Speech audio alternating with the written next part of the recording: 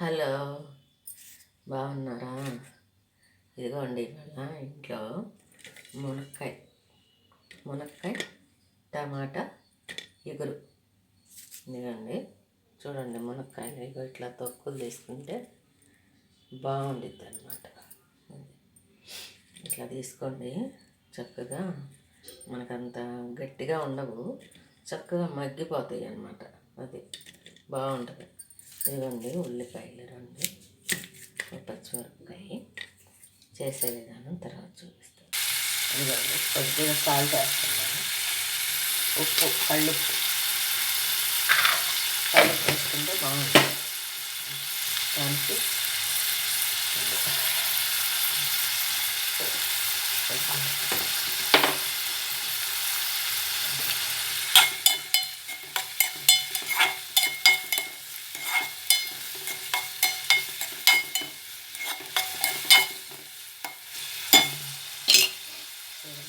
టమాటాలు, ఉల్లిపాయలు కొద్దిగా మగ్గినాయి, టమాటాలు కూడా వేసేస్తున్నాను.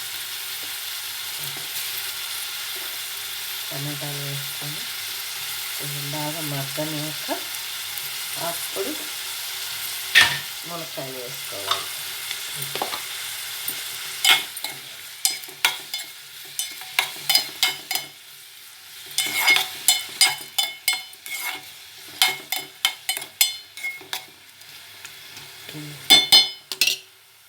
ఇప్పుడు మునక్కాయలు వేసుకోవాలి, కొంచెం మగ్గాలి.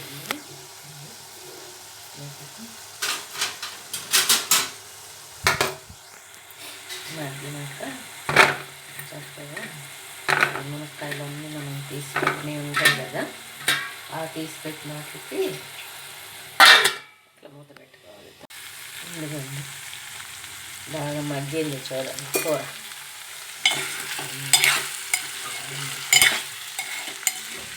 బాగా మగ్గినాక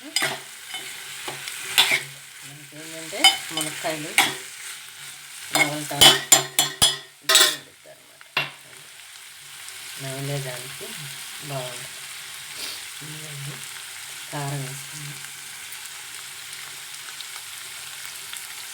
మునక్కాయ తినాలి, మంచిది. మునక్కాయ తింటే చాలా మంచిది. చాలా దానిలో విటమిన్ చాలా ఉన్నాయి.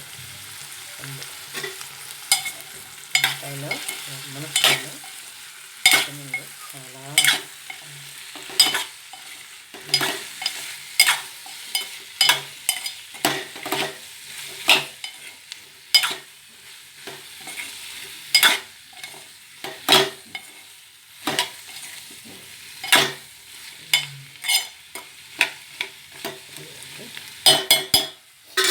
బాగా మగ్గుతుంది.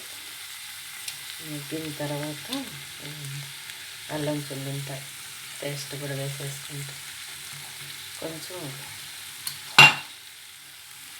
నూనెలో మగ్గితే స్మెల్ బాగుంటుంది. నూనెలో మగ్గితే స్మెల్ బాగుంది.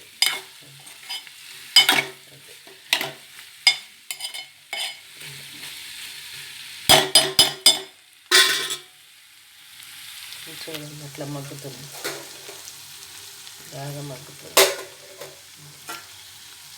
మగ్గితే మగ్గిన తర్వాత ఇదిగోండి నీళ్ళు వేస్తాను. అది కొద్దిగా నీళ్ళు ఎక్కువ పడతాయండి దీనిలో, ఎందుకంటే మునక్కాయ ఉడకాలి కదా, అందుకని మునక్కాయ ఉడకాలి.